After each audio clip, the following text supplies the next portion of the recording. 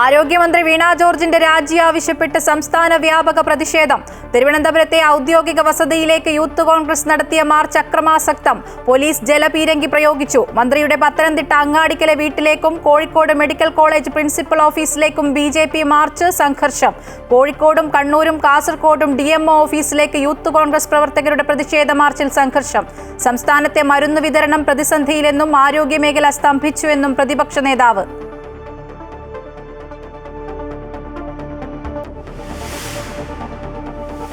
സംസ്ഥാനത്ത് വീണ്ടും നിപ്പ മരണം റിപ്പോർട്ട് ചെയ്തതോടെ മലപ്പുറം, കോഴിക്കോട്, പാലക്കാട് ജില്ലകളിൽ ജാഗ്രതാ നിർദ്ദേശം.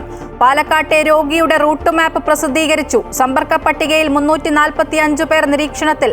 17 വർഷം മാത്രം പഴക്കമുള്ള പത്തനംതിട്ട ജനറൽ ആശുപത്രി കെട്ടിടം നിർമ്മാണത്തിലെ അപാകതകൾ കൊണ്ട് അപകടാവസ്ഥയിൽ.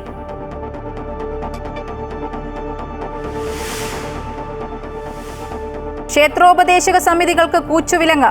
അനുമതിയില്ലാതെ വാർത്താ സമ്മേളനവും വാർത്താക്കുറിപ്പുകളും പാടില്ല. വിലക്ക് കൊച്ചിൻ ദേവസ്വം ബോർഡിന് കീഴിലുള്ള ക്ഷേത്രങ്ങളിൽ. ഉപദേശക സമിതികൾ ക്ഷേത്രം നടത്തിപ്പും ചടങ്ങുകളും മാത്രം ശ്രദ്ധിച്ചാൽ മതിയെന്നും നിർദ്ദേശം. ദേവസ്വം ബോർഡിന്റെ സർക്കുലർ അമൃത വാർത്തകൾക്ക്.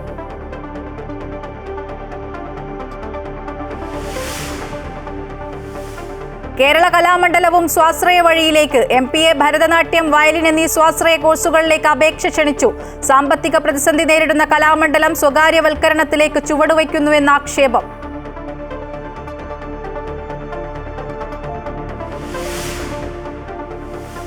ഗാസയിൽ 60 ദിവസത്തെ വെടിനിർത്തലിന് അനുകൂല പ്രതികരണവുമായി ഹമാസ്. അടിയന്തര ചർച്ചയ്ക്ക് തയ്യാറെന്ന് പ്രസ്താവന. മധ്യസ്ഥ ചർച്ചകളിൽ പങ്കാളികളായ ഈജിപ്തിനെയും ഖത്തറിനെയും പ്രതികരണം അറിയിച്ചു. അമേരിക്കയിലെ ടെക്സസിൽ മിന്നൽ പ്രളയത്തിൽ കുട്ടികൾ ഉൾപ്പെടെ 24 പേർ മരിച്ചു. 25 പേരെ കാണാതായി.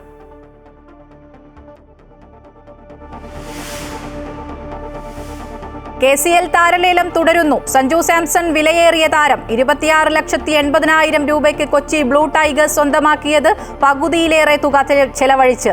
ബേസിൽ തമ്പിയെ 8,40,000 രൂപയ്ക്ക് ട്രിവാൻഡ്രം റോയൽസ് സ്വന്തമാക്കി. ഷോൺ റോജർ 4,40,000 രൂപയ്ക്ക് തൃശൂർ ടൈറ്റൻസിൽ.